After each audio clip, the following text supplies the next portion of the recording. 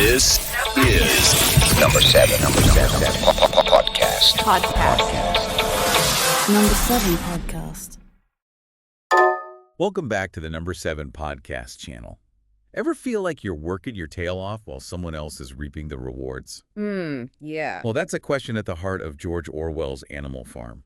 It really is. Buckle up as we dive into this world where animals overthrow their human farmer, hoping to create a utopia. Right. But things take a dark turn.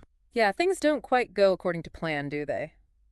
It's fascinating, though, how Orwell uses this simple farm setting and animal characters to explore these really complex ideas about power, revolution, and the dangers of unchecked ambition. Absolutely. Let's start with Chapter 1, A Dream of Equality. Help me. We're introduced to the animals of Manor Farm, ruled by the often drunk Mr. Jones. Oh, Mr. Jones. Old Major, a wise old pig, shares a vision of an animal-run society, Oh, okay. free from human exploitation. This vision, which the pigs later call animalism, is essentially a system of thought that advocates for animal liberation. Think of it like the animal world's version of a social revolution. Right. Pushing for freedom from human control. Old Major also teaches the animals a powerful anthem called Beasts of England, Oh, yeah. which really fires them up. That song is so crucial. It really captures, I think, the animals' initial hopes and dreams for a better life. It's a symbol of their unity and their yearning for change. And sadly, Old Major dies, but his ideas spark a rebellion in Chapter 2. The rebellion begins. The animals, driven by hunger and inspired by Old Major's vision, Right. drive Mr. Jones off the farm. This early victory is filled with so much joy and a sense of unity. Yeah. But Orwell subtly hints at trouble brewing.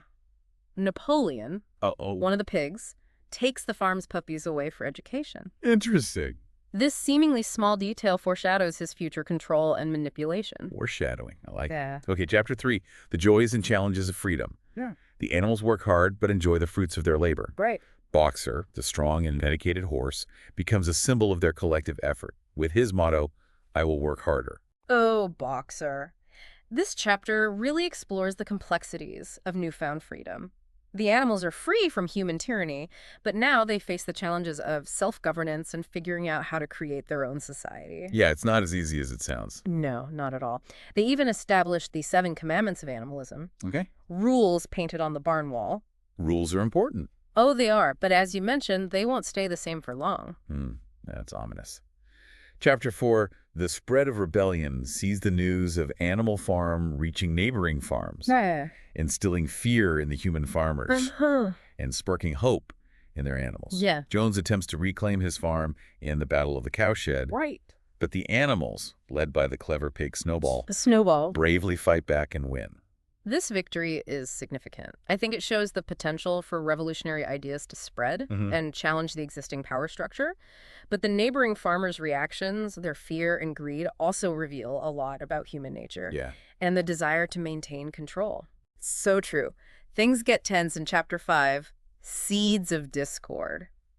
Molly, the horse who loves ribbons and human attention, decides she prefers the comforts of the old ways and defects to the human world. He misses those ribbons. Then Napoleon and Snowball clash over Snowball's plans for a windmill. Ooh, this clash highlights the emergence of different visions for the future of Animal Farm. Okay. Snowball represents progress and innovation, Right. while Napoleon embodies a more cunning and power-hungry approach. I see where this is going. Yeah, it's not looking good. Their conflict reaches a boiling point when Napoleon uses his secretly trained dogs, remember those puppies from earlier? Oh yeah, those To puppies. chase Snowball off the farm, Wow. leaving him in total control. This is a major turning point in the story. The expulsion of Snowball marks the beginning of Napoleon's dictatorship. Right. And the gradual erosion of the animals' original ideals of equality and freedom. Plus, this is where we really start to see the pigs' clever manipulation of language. For instance, they decide that meetings, which symbolize democratic discussion, are inefficient. Inefficient. What a loaded word. It is, isn't it? It's a classic tactic to consolidate power. By Chapter 6, The Price of Progress, work begins on that windmill, but life on the farm becomes harder. Oh, no. Rations are reduced and the animals toil relentlessly. Uh-oh. The pigs, breaking one of their own commandments, begin trading with humans. No. And they move into the farmhouse, enjoying the comforts they once condemned. This is where the pigs' hypocrisy becomes glaringly obvious. Yeah. They're starting to resemble the very humans they overthrew, exploiting the other animals' labor for their own benefit. Wow. They even use Squealer, a smooth-talking pig, Oh, Squealer. to twist the truth and quell any dissent. Classic propaganda. It is a clear sign of a totalitarian regime in the making. And in Chapter 7, Terror and Tyranny, things get really, really bad. Oh, yeah. When the hens protest having their eggs taken to be sold, Napoleon responds with brutal force. Oh, wow. He orders the execution of several animals accused of treachery. That's awful. Yeah, fear and paranoia grip the farm as Napoleon, now calling himself leader, tightens his grip on power. Of course. Even the inspiring anthem Beasts of England is banned, replaced with a song praising Napoleon. This chapter is such a chilling reminder of how easily a revolution can just morph into its opposite. Yeah. The pigs, driven by greed and lust for power, they create this climate of fear and repression. Right. It's a classic case of history being rewritten by those in power. Yeah. As they blame Snowball, who's no longer there to defend himself for all the farm's problems. Oh, Snowball. In Chapter 8, Napoleon's reign, work on the windmill, continues under these harsh conditions. Right. And the pig's propaganda machine goes into overdrive with poems, songs, and even special titles, all glorifying Napoleon. Wow. On those 7 commandments. Oh, boy. Well, let's just say they're getting a lot of renovations to conveniently fit the pig's actions. What's so striking here is how Napoleon crafts a cult of personality, mirroring so many historical dictators. Yeah. He manipulates the animals' perception of reality, Right. feeding them a constant stream of propaganda and even rewriting history to suit his agenda. Yeah. It's a very stark warning about how those in power can control information Right. just to maintain their grip on power. Chapter 9, Boxer's Fate, is possibly the most heartbreaking part of the story. It really is. Boxer, the hard-working and loyal horse who always pushed himself to the limit, is injured while working. Oh, no. The pigs promise him a trip to the hospital. Oh. But instead, he's loaded onto a van that, as the other animals later discover, belongs to a glue factory. Oh, that's just awful. This tragic end for Boxer really lays bare the pig's ruthless exploitation of the working class.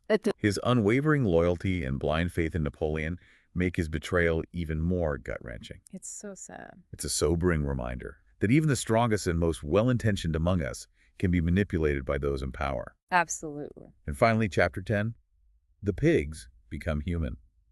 Years pass, and while the farm appears prosperous on the surface, it's very clear that only the pigs are truly benefiting. Right. The original ideals of animalism are long forgotten. Of course. The pigs start walking on 2 legs, dress in human clothes, adopt human vices like drinking alcohol, Oh, wow. and even form alliances with the neighboring farmers. No way. The final image is chilling.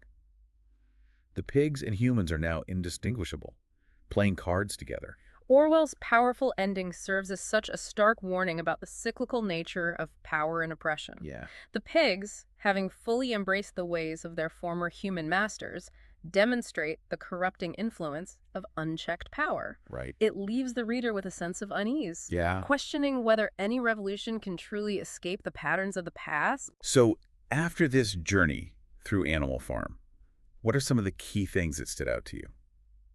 Well, the book is such a masterclass in symbolism and allegory. Yeah. And I think what struck me most is how effectively Orwell uses the animals to represent different social classes and political ideologies. Right. You can draw parallels between the pigs and power-hunger leaders throughout history, the hardworking horses like Boxer and the exploited working class, Right. and even those like Molly who prioritize comfort and security over ideals. It's amazing how a story set on a farm can feel so relevant to human societies. It really is. And the dynamics of power that play out in the real world. Exactly. Orwell brilliantly taps into these timeless human tendencies, Yeah. exposing our vulnerability to manipulation, propaganda, and the allure of power. Right.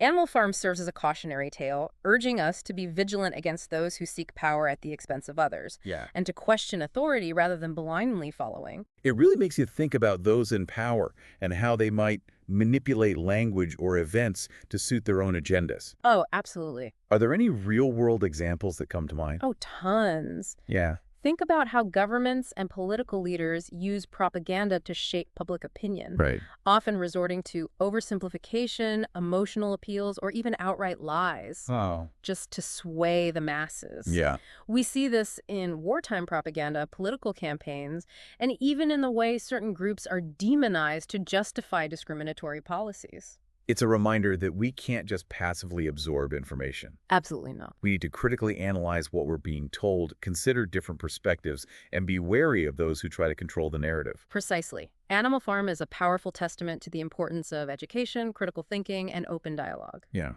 It highlights how easily people can be manipulated when they lack access to information or are discouraged from questioning authority. It's a reminder that complacency can be just as dangerous as outright tyranny. It really can. We have a responsibility to stay informed, engage in thoughtful discussions, and hold those in power accountable. Well said. The story also underscores the importance of individual freedom and the courage to resist oppression, even when it seems impossible. Right. Think of the animals who dared to question Napoleon's rule, even though it put them at risk. Yeah. Their actions remind us that even small acts of resistance can make a difference. It's easy to feel powerless in the face of larger forces. I know. But Animal Farm reminds us that we all have a role to play in shaping a more just and equitable society. Absolutely. Whether it's through speaking out against injustice, supporting those who are marginalized, or simply being informed and engaged citizens, Right. we can all contribute to positive change. Yeah, it's a powerful message, It is. and one that resonates across generations. For sure. Animal Farm may have been written in the 1940s, but its themes of power, corruption, and the fragility of revolution Right. are timeless. Absolutely. And that's what makes it such an enduring classic. Yeah. It forces us to confront uncomfortable truths Right. about ourselves, our societies, Yeah. and the potential for even the most well-intentioned movements to be corrupted. It also makes you appreciate the importance of recognizing those early warning signs. For sure. Like you mentioned, the pigs taking the milk and apples for themselves, changing the commandments, and silencing dissent. Right. Those were all red flags. It's huge red flags. That something wasn't right. Precisely those seemingly small actions were actually early indicators of the pigs' growing greed. Yeah. And their willingness to abandon their original principles. Right. It's a reminder that we need to be attentive to those subtle shifts in behavior and power dynamics, both in our personal lives and in the larger world around us.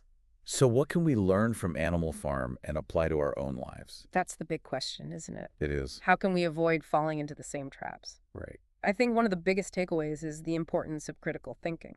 We can't simply accept things at face value or blindly follow those in positions of authority. Right. We need to question, analyze, and form our own informed opinions. It's about being active participants in our own lives. Yes. And in shaping the world around us. Exactly. It's also about recognizing that power dynamics exist everywhere. Yeah. Not just in government or politics. Right. We see them in our workplaces, our communities, and even in our personal relationships. Yeah, that's true. Being aware of these dynamics and how they can influence behavior is crucial. What about those who are in positions of power? What lessons can they learn from Animal Farm? Well, for those in leadership roles, the book serves as a cautionary tale about the corrupting influence of unchecked power. Yeah. It emphasizes the importance of transparency, accountability, and a genuine commitment to serving the needs of those they lead, Right. rather than exploiting them for personal gain.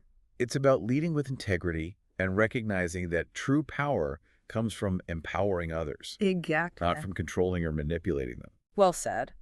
Ultimately, I think Animal Farm leaves us with a sense of both hope and caution. Yeah. It reminds us that we're all capable of both great good and great evil. The choices we make, the actions we take, and the way we choose to wield power can have a profound impact on the world around us. It's a powerful reminder that the fight for justice, equality, and freedom is an ongoing one. It is. And it's a fight that requires all of us to be engaged, informed, and courageous. I couldn't agree more. Yeah, Animal Farm challenges us to never become complacent, to never stop questioning, Right. and to always strive for a more just and equitable world for all. I think that's a great note to end on. This has been an incredibly insightful discussion. It has. On Animal Farm, thank you so much for joining us. It's been a pleasure. And to our listeners, thank you for tuning in to the Number 7 podcast.